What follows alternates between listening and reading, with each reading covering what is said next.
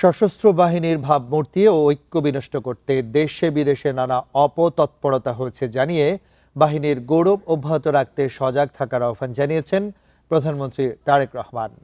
সকালে ঢাকা সেনানিবাসের সেনাকুঞ্জে আন্তর্জাতিক জাতিসংঘ শান্তিরক্ষী দিবসের আলোচনা সভায় একথা বলেন তিনি। প্রধানমন্ত্রী বলেন, বিশ্ব শান্তি প্রতিষ্ঠায় বাংলাদেশের শান্তিরক্ষীদের অবদান অনস্বীকার্য।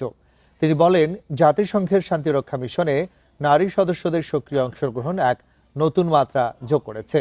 ভবিষ্যতেও শান্তিরক্ষা মিশনে বাংলাদেশের এমন সহযোগিতা অব্যাহত থাকবে বলে আশ্বস্ত করেন তিনি। তারেক রহমান বলেন, বিশ্ব শান্তি প্রতিষ্ঠায় শান্তিরক্ষী মিশনে শহীদদের আত্মত্যাগ উজ্জ্বল দৃষ্টান্ত। ভোগান্তি ভুলে চলে আসুন রিগালে। ওয়ারেন্টি সহ স্টাইলিশ কালেকশন নিয়ে রেডি রিগাল ফার্নিচার।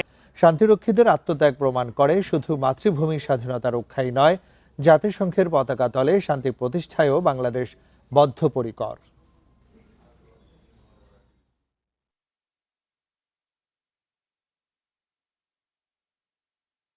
জাতিসংঘের আন্তর্জাতিক শান্তিরক্ষী বাহিনীর সদস্য হিসাবে রাজনৈতিক অঙ্গনে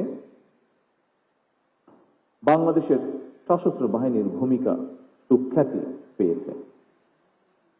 তবে বিভিন্ন সময় বিভিন্ন প্রেক্ষাপটে দেশের সশস্ত্র বাহিনী কিংবা সশস্ত্র বাহিনীকে নিয়ে কিছু অপতৎপরতা কখনো কখনো জনমনে বিভ্রান্তি সৃষ্টির কারণ হয়েছে।